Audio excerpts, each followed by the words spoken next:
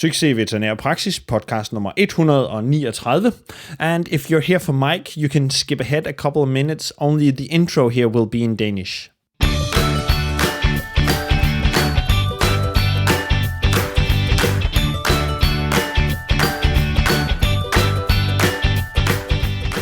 Hej, velkommen. Dyrlæge Søren Pejstrup her. I dag skal vi snakke om noget af det, jeg har haft allersværest ved i løbet af min karriere. Om jeg er lykkes med det eller ej, det må du spørge mine kollegaer om. Men det at få hjælp fra en dygtig sygeplejerske, som også gerne vil hjælpe, kan faktisk godt være en udfordring. Ikke fordi, at hun ikke vil, men fordi, at jeg får placeret opgaven på en sådan lidt dårlig måde, og jeg har også lidt dårlig samvittighed, fordi det er måske også lidt, fordi jeg ikke gider selv. Jeg har så været velsignet ved at arbejde sammen med nogle virkelig dygtige sygeplejersker, som rigtig gerne vil faget, og haft nogle chefer, der gerne vil have, at vi alle sammen skulle løfte i flok. Så på den måde er jeg blevet hjulpet af nogle gode kræfter omkring mig. Men måske er du ikke helt så heldig, og det skal vi så snakke om lidt i dag. Hvis du er chefen, så har du selvfølgelig magten til at lave om på de her ting, men der er også nogle greb, du kan bruge, hvis du er en af fodtusserne på gulvet. Links og noter finder du som sædvanligt på hjemmesiden på SIVP.dk/139. Og så over til interviewet med Mike. Hi Mike and welcome to the podcast. Hello Søren, it's a pleasure to see you. So we're going to talk about how to delegate effectively today. And this all starts by an answer I got to a survey I ran to the Danish audience, my Danish audience, that are Danish veterinarians. Mm-hmm. And the vet wrote, "I just wished my employees would take more task up on their own, so I didn't have to always tell them what to do. I'm a vet, but I don't get to do much vet work. I'm constantly drawn away to answer questions and to do administrative tasks." So I read your book, Clockwork, the one you wrote before the one you have out now, and I read it back in 2018, and I thought, Mike's written a book about this.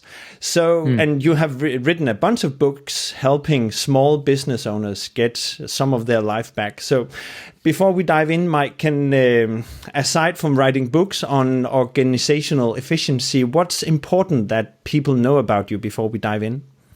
Sure. Well, I'm a small business author. I'm also a business owner. I currently own 4 businesses. I've owned and sold businesses in the past. My passion is small business. I love the journey that we go through. To me, it's very important that entrepreneurs are supported because we collectively are the backbone. Actually, we're more than the backbone of the economy. We are the economy, particularly in this pandemic and the shift that's going on. Entrepreneurs need to be successful. So I hope to contribute in significant ways through my books. Good. And what would you tell a vet like Louise who wrote this? What is the first thing that comes to mind in regards to delegating effectively? Yeah, well, I understand Louise's situation. It's frustrating. And I think the end is we all simply wish our employees would act like owners, to take ownership over what they're doing. And the good news is there's definitely a way to do it. There's multiple steps. The first thing is often reflecting upon ourselves. We don't position ourselves to be delegating, even though we think we are. We're actually task rabbiting. And what I mean by that is we're assigning tasks to be done, but we're not assigning authority to do those tasks within the scope of their abilities. Meaning, if you told me, Søren, Mike, please do invoicing, and I invoice and I come back and say, how do you want me to sort this out? Invoices, you may say, sort by our patient's last name, and I'll follow it and I'll come back with more questions. I'm doing the task, but you're maintaining all the thinking. We have to assign that thinking to the other person. So instead of saying to me, Mike, do the invoicing, we assign the outcome we're looking to achieve, to time our clients accurately, to bill our clients accurately and timely. And if that's the assignment, when I come back with questions saying, how do you want me to sort these invoices? We as the business owner respond and say, what's your choice? I've hired you for that thing on your shoulders, that mind of yours. How do you choose to proceed? We have to push the decision-making back to our colleagues. And this is the part that most people don't even know we need to do. We need to support their decisions, all their decisions, including the wrong ones. You see, they're not going to be perfect at making decisions. They're going to make bad ones. But if you instantly say, oh, that's a bad decision, you are retaining control again. You're pulling it back. If you say, go for it, try it out, and it fails, then they have the rope to learn. They have the ability to figure out ways to improve it. And they don't see consequence. They don't see that if they make a mistake, they're going to be punished for it. That's the important thing. And the funny thing is we do this perfectly well with ourselves. I suspect Luis makes mistakes sometimes. I bet you Luis doesn't fire himself. He doesn't yell at himself. He's like, oh my gosh, that was bad. Let me fix this.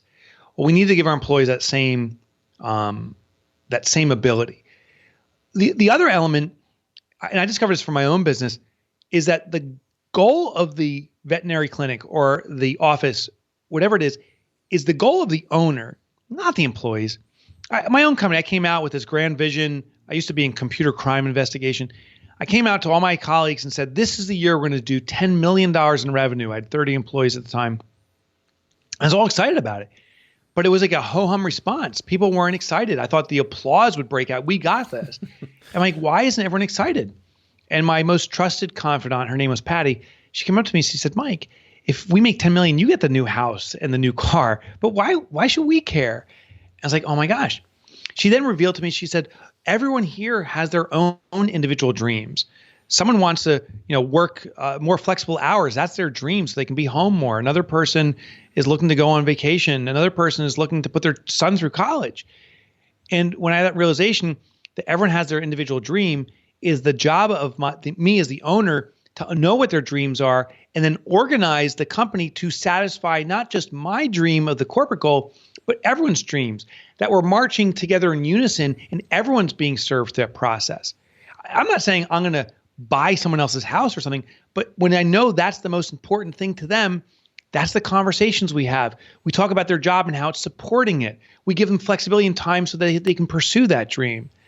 When you start caring for people's dreams, they start caring for the business and act like owners. So you actually touched upon two things here. So one thing is that you're not actually delegating a task as much as you're delegating the outcome that the clients get invoiced correctly. So that's correct. That's a small difference, but it makes a huge difference in the end, as I understand it. Yes. And the other thing was to be more clear about the end goal for the business or for your work life, more than just putting one task at a time on to the employees. Yeah, we have in our own office here, this office is tiny, we have 8 of us in total, and on the wall, we have a thing that says the path to our intentions. Now, the intentions are everyone's dreams. So we have these boards that everyone wrote down their individual dreams. Some people here wanted to lose weight. Some people, 3 people or 4 people wanted to learn Spanish. There was these different elements. And once we started seeing people's individual dreams, we also saw collective dreams like learning Spanish.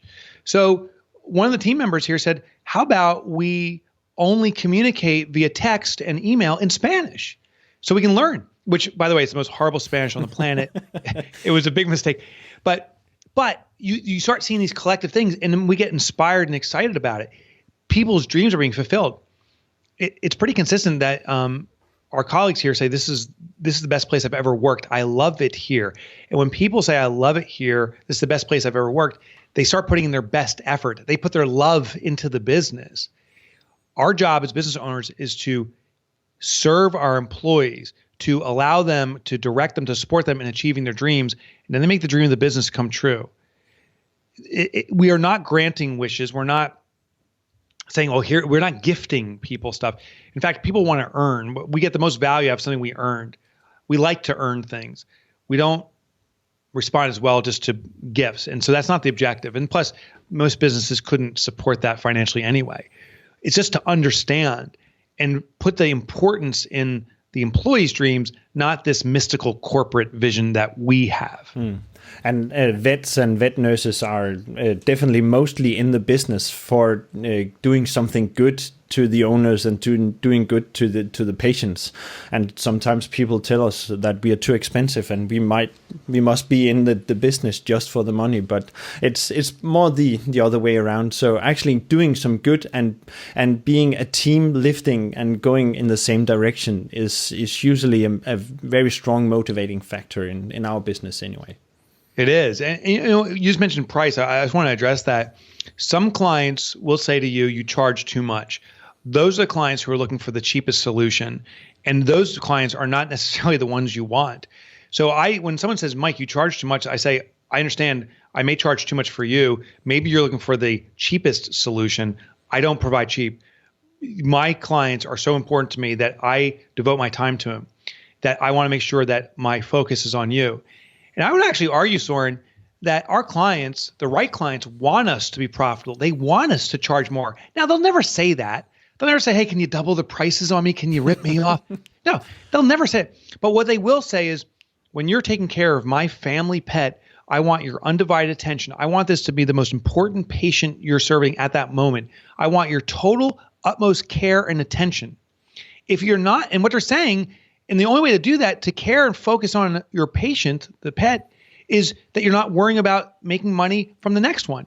If your mental capacity, even in part, is focused on, I gotta get some more money and I need another patient, you're diluting your ability to be of great service. You're compromising that customer. So the customer won't say, charge me more, but they will say, pay more attention to me.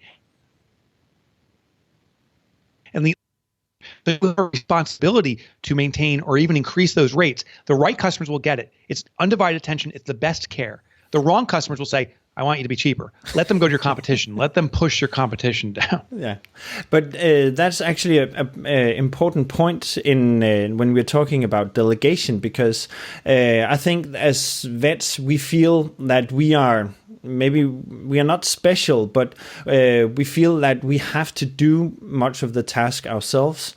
Some things we cannot delegate because of legal reasons. Here in Denmark, it has to be me who do injections, so I can't give that to the nurse. Right.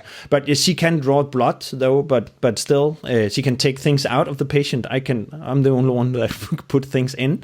So some things I cannot delegate, but sometimes we feel that maybe we have to do more than we actually have to. Can you talk maybe a little bit about that? Yeah. So I would make a chart of all the things that you do and designate which ones are required by law, mandated. That's uncompromised. It cannot be compromised. The next ones, which ones are mandated by my own internal law? That's different, right? There's the state or government law, the country law. There's also the law of what we're implying, saying, well, I do this because I'm the best at it, because I'm really good at it. And that's why I do it.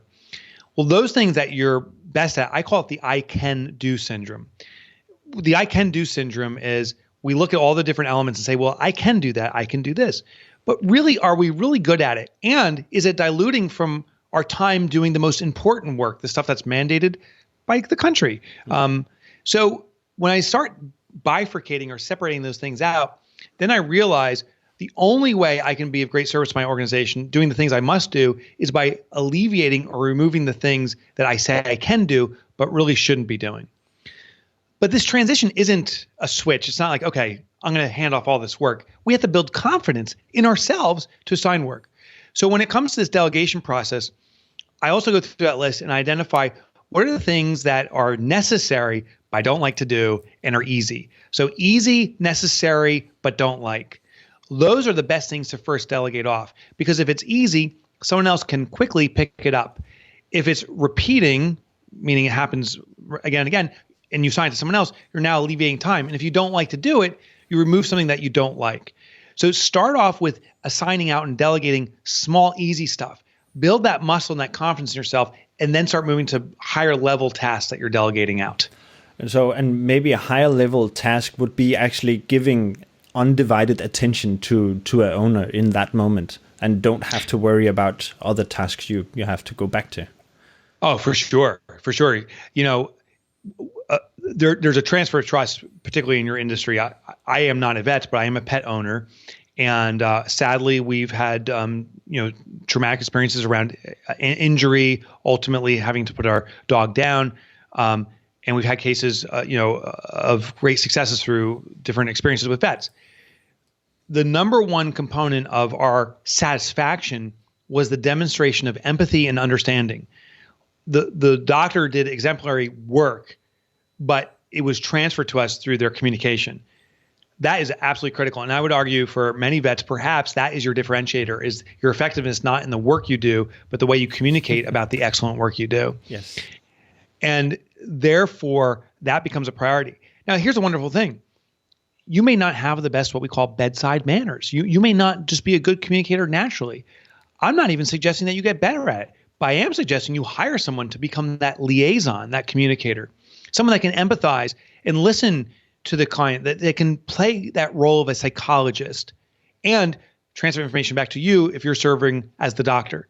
So you don't necessarily have to be the one facilitating all that communication if that's not your talent, but realize the importance of that to your organization and get someone that's excellent at it doing it if it's not you. Yes. So, and you say delegating tasks that are easy but necessary, and you don't like doing it, that actually touches into another objection that I hear from time to time, is that we luckily like to help each other. But when there's diarrhea on the wall in kennel 2, and nobody wants to go in there and clean that up, of course, I'm the vet, so I can say to the nurse or to the youngest technicians, you should do that. But she doesn't want to do it either. So of course, I want to help her to maintain the good environment, a good work environment, and keep her happy as well. Yeah. So listen, there's this human element, and if we're authoritative, people may comply, but they may become resistant emotionally and say, you're not a good person.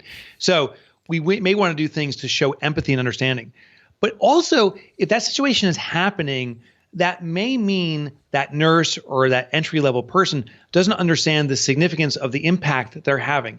Cleaning up diarrhea also means that a doctor can save an animal's life or something like that the doctor's attention can be faced elsewhere. I don't know if that circumstance is happening, if that person understands the importance of that work. So I simply explain it and I tell stories. A big part of building a business is regularly communicating the importance of the work we do and how everyone's a contributor to it. Our own company here, we meet 3 times a week simply just to talk about how we're trying to change the world. We call it eradicating entrepreneurial poverty. And what we mean by that is there's this perception of success that entrepreneurs have, and there's a reality of the struggle. This gap is what we call entrepreneurial poverty. Our mission is to make entrepreneurs successful because entrepreneurs change the world. We are the global economy. So to do that, we have to do many things. And some of it is the glorious stuff. Be the spokesperson. I got to do a lot of that. Stand on the stage or do a podcast. But there's also the equivalent of cleaning up the diarrhea. The customer that's frustrated, their book came damaged, or some experience they had, they felt negative. Since we talk about this all the time, we talk about those instances, they must happen. And that we as a team have to address that just as effectively as smiling on a stage. And that the person that addresses that customer and cleans up the diarrhea is having just as great of an impact. It's actually freeing up the distraction so we can get back on stage, that we are a team. I think realizing that as a team, we all have our individual roles, but it elevates the team win as opposed to being a superstar is a big differentiator. I think some doctors can position themselves saying, I'm the doctor, I'm special. Yes, everyone, and they tend to be the superstar in the clinic or feel like they are the superstar, right? Yeah, and that's a problem. You don't want to be a superstar, you want a super team. You want to be like, listen, we are this veterinary doctor. We are serving animals. We are doing this in all different capacities. And yes, just like a band, I love music, particularly out of Europe. The bands from the 80s, the bands out of England, like the Def Leppard and these hair bands. They all have their lead singer, and the lead singer gets all the accolades. They're the ones who all the fans go crazy over. But the drummer and the bassist, all of them collectively are needed to make the music. That lead singer better shower appreciation on the rest of the community, or the rest of the team. Even though the community, the customer, is showering the lead singer, the lead singer, must shower our team. I am very diligent in making sure that I'm acknowledging my team, pointing to the importance of the work they do. Even though the customer may see us cleaning up diarrhea, they're allowing our team to serve animals and save lives. You're not the superhero. The team is the superhero. Yeah. So to end off here, or to round off, maybe we should talk briefly about your book. So I know because I just read it, the Clockwork, the one before the one you have out now is is touching in great detail on delegating and how to make your business run like clockwork, right? So tell us, what can we learn in that book and maybe in the new one you have as well? Sure. So Clockwork, what I teach people is to move from doing work to designing outcomes. And I think one of the big revelations is many business owners think that one day somehow a switch will flip. If we work hard enough and long enough, that one day all of a sudden the business will run itself, that there's this moment in time that's going to happen, that we flip over. And the reality is this is a throttle. We have to consistently extract ourselves from doing work and moving on to what I call this designing outcomes, where we have a vision and move the business toward it. So Clockwork is a methodical process over time to more and more extract yourself from doing the work in your business. It's the only way to build a business that can run like clockwork on its own, even in the absence of the owner. My newest book that's in circulation right now is called Fix This Next. And what Fix This Next is a strategy to pinpoint what we need to work on within our business. Most business owners are trying to fix everything. We're always trying to fix everything, but it seems like nothing gets fixed. Well, the reason is there's only one core need at any given time that's most important to be resolved, the vital need, I call it. That's the definition of most. There can only be one of it. What is it? Well, the hypothesis of this book was that the biggest challenge entrepreneurs, business owners, vets, the biggest challenge business owners face is knowing what their biggest challenge is. So instead of trying to fix everything, Fix This Next is a tool that will first pinpoint what your business needs from you so that you can concentrate your energy on resolving that and up-level your business in its entirety. And I will very much recommend people getting the audio version because you narrated both of them. I do. And you're a very skilled communicator. So I spent hours with you already. So I feel thank you, brother. It's a different kind of experience when you hear me read it. I get pretty energized. It's funny, when I'm at the studio, these studios work with many authors. Consistently, authors will sit and read their book. And when I walk in, they'll have a chair and a microphone set up. And I'm like, I am so sorry. I only do my work standing. Yeah. And they're like, what? I'm like, wait until you see how energized I get. I have to stand. So yeah, it's a different experience listening in. Yes. And where should people go to read more about your books and read more about you and your company? I'll give you the two sources. You can go to Mike Michalowicz.com, but no one can spell that. So here's the alternative. It's Mike Motorbike, the rhyme, Mike Motorbike, nickname I had in high school. I've never driven a motorcycle. That's the irony. But MikeMotorbike.com, it'll forward you to my website. I have all my book resources available for you for free. Downloads, you can read the chapters for free. I was a Wall Street Journal journalist for a few years. All of my articles for the Wall Street Journal are also available for free. And my own podcast, Mike Up in Your Business. It's all at MikeMotorbike.com. Good. Thank you very much, Mike, for your time and all your energy. Thank you, brother. Be well.